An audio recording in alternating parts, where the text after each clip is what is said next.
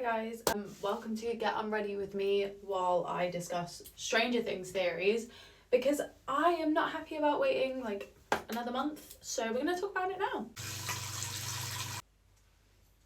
The theory that I really believe is the whole 8, 11 plus Will making 1 is a 20, and they need that to beat Vecna. Obviously when we were playing D&D, I say we like I was there, when they were playing D&D in the last season, obviously Erica rolled a 20 to beat Vecna, meaning 11 can't do it on her own. I am also of the belief that Vecna has no idea that Will's able to have powers, or if he does know, I don't think it's Vecna that knows, because sub-theory, if you watch First Shadow or like research First Shadow, you'll know.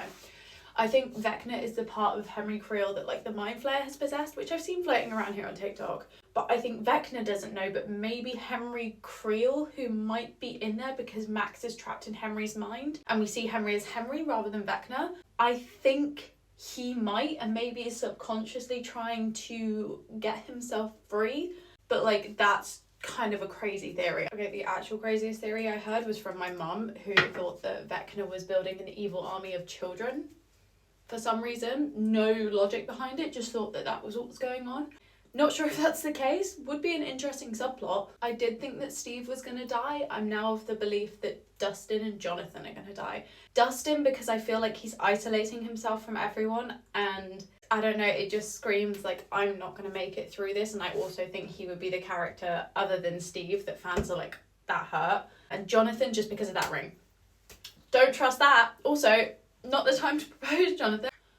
My kind of other thing is, I absolutely guessed it. Sorry, that was very passionate. But Holly was going to be the one to help Max, because as soon as Mike was like, oh, she's a cleric, I was like, cleric, healer, D&D knowledge.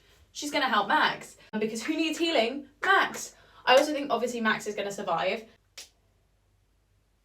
I do think that the biggest kind of twist is going to be, well, twist, is that the Mind Flayer is going to be the big bad of the whole season, which, to be honest, I think we guessed. As much as I've seen people say, like, oh, but a green dragon would be really good because that's, like, a big thing in D&D. I don't think they're going to bring that in. I think this is a build-up, and obviously with the first Shadow, and the Shadow being what gave Henry his, like, powers, I think that we're going to see that the Mind Flayer is the big bad this entire time. It's, like, this cosmic entity trying to, like, I don't know what its end goal is. Maybe it just wants destruction, for destruction's sake.